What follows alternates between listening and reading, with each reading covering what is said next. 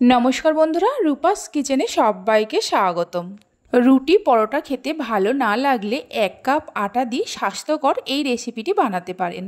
নামমাত্র তেল ব্যবহার করে ঝটপট বানিয়ে নেওয়া যায়। আশা করি রেসিপিটি আপনাদের খুবই ভালো লাগবে। ব্রেকফাস্ট বা স্কুল অফিসের টিফিনের জন্য বানাতে পারেন। তাহলে চলুন রেসিপিটি দেখে নেওয়া যাক। শুরু থেকে শেষ পর্যন্ত দেখার জন্য আপনাদের কাছে অনুরোধ রইল।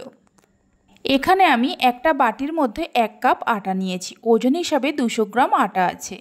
আটার মধ্যে 3 চামচ টক দই দিয়ে দেব, স্বাদ মতো নুন দেব আর হাফ চামচ গোটা জিরে দিয়ে দেব। প্রথমে টক দই দিয়ে আটাটাকে মিশিয়ে নেব, তারপর অল্প অল্প করে জল দিয়ে একটা ঘন ব্যাটার তৈরি করে নেব। 1 কাপ আটার জন্য এখানে আমি 3 চামচ টক দই ব্যবহার করেছি। আপনারা যদি আটার পরিমাণটা বাড়ান তাহলে টক দইয়ের পরিমাণটাও বাড়িয়ে দেবেন। এইভাবে অল্প অল্প করে জল দিয়ে ব্যাটারটা তৈরি করতে হবে।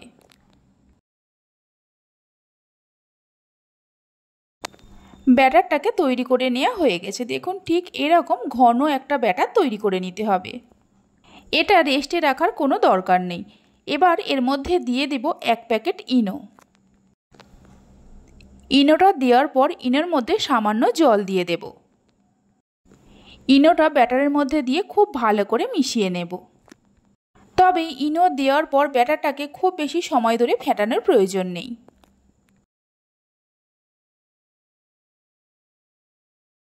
ইনোটা ব্যাটারের সঙ্গে ভালো করে মিশিয়ে নেওয়া হয়ে গেছে।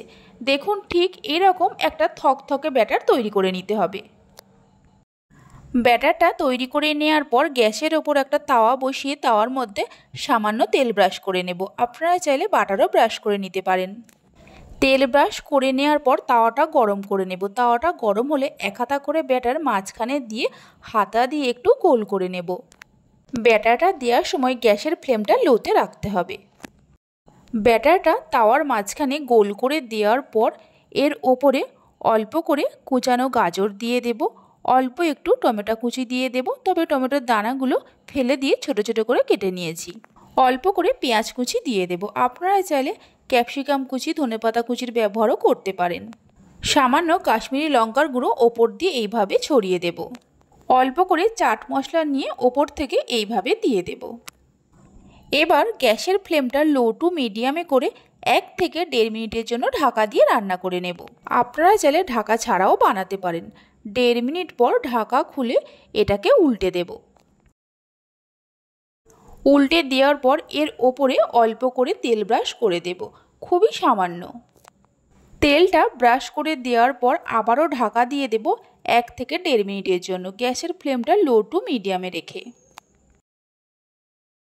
1.5 মিনিট পর ঢাকা খুলে গ্যাসের ফ্লেমটা মিডিয়ামে করে উল্টে পাল্টে আরও মিনিট 2 সময় ধরে ভেজে নেব।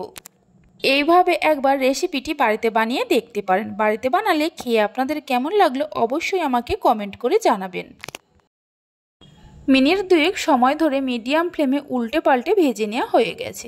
একটা প্লেটের মধ্যে তুলে নিয়ে রেখে দেব। বাকি যে ব্যাটারটা আছে এইভাবে সবগুলোকে বানিয়ে নেব। আমার রেসিপি যদি আপনাদের ভালো লেগে থাকে অবশ্যই একটা লাইক করবেন, বন্ধুদের সঙ্গে শেয়ার করবেন। ভালো লাগলে চ্যানেলটি সাবস্ক্রাইব করে পাশে থাকা বেল আইকনটি প্রেস করবেন নতুন রেসিপির আপডেট সবার আগে পাওয়ার জন্য। সবগুলোকে বানিয়ে নেওয়া হয়ে গেছে। একটাকে হাতের মধ্যে নিয়ে দেখিয়ে দিচ্ছি, দেখুন কতটা নরম আর স্পঞ্জি হয়েছে। দেখে নিশ্চয়ই বুঝতেই পারছেন। তাহলে চলুন ভিডিওটা আমি এখানেই শেষ করছি। আপনারা সবাই ভালো থাকবেন, সুস্থ থাকবেন। ধন্যবাদ।